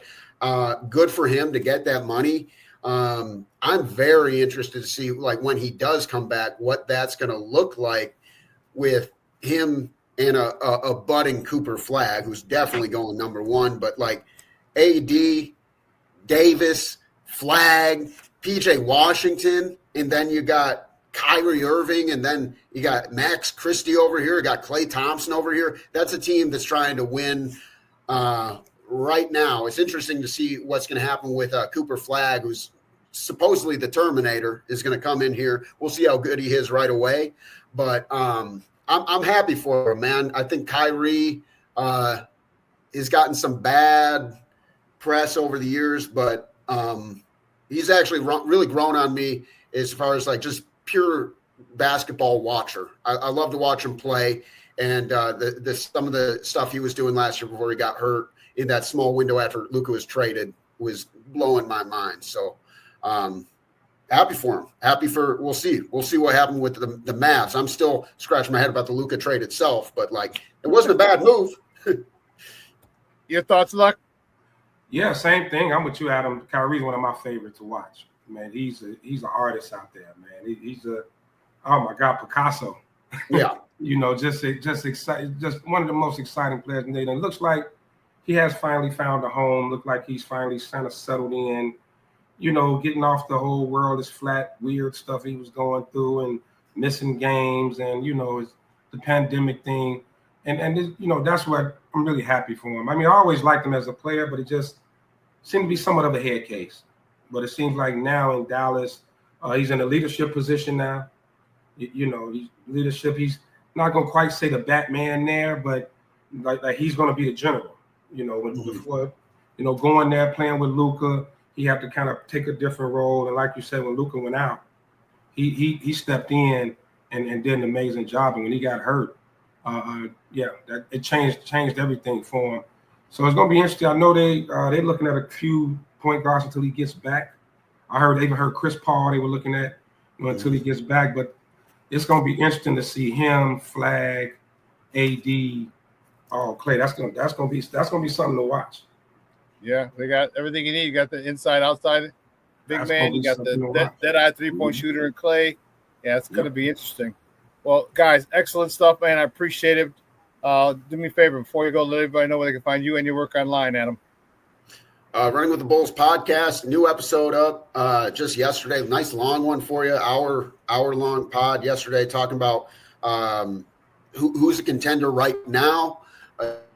Talking about some of the Bulls draft day needs, potential targets, and kind of a little bit of the offseason, a little finals recap. New episode is up. Wherever you listen, please give us a like. Please subscribe. And that's Running with the Bulls podcast. And then, online, what can food do for you? FOUX for, and then the letter U. What can food do for you? But yes, always a pleasure, my man. Thank you for having me on. Always enjoy talking Bulls basketball with you. Luck, where can people find you? Oh, man, this Saturday, Humidor Sports and Cigars, man. Y'all know always a great time. Got a bunch of NBA to talk about. Looks like that's all we're going to be talking about.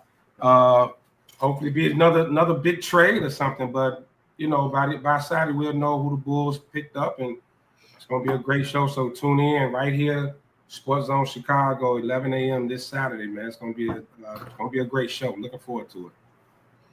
All right, gentlemen. Appreciate it. Much love, much respect. All right, so for everyone here, Sports Zone Chicago, for Adam, for Lucky, I'm your boy, the SuperBack, Shawn Sierra. Guys, have a phenomenal day. We're going to replay this tonight at 6 o'clock. Your boys are out.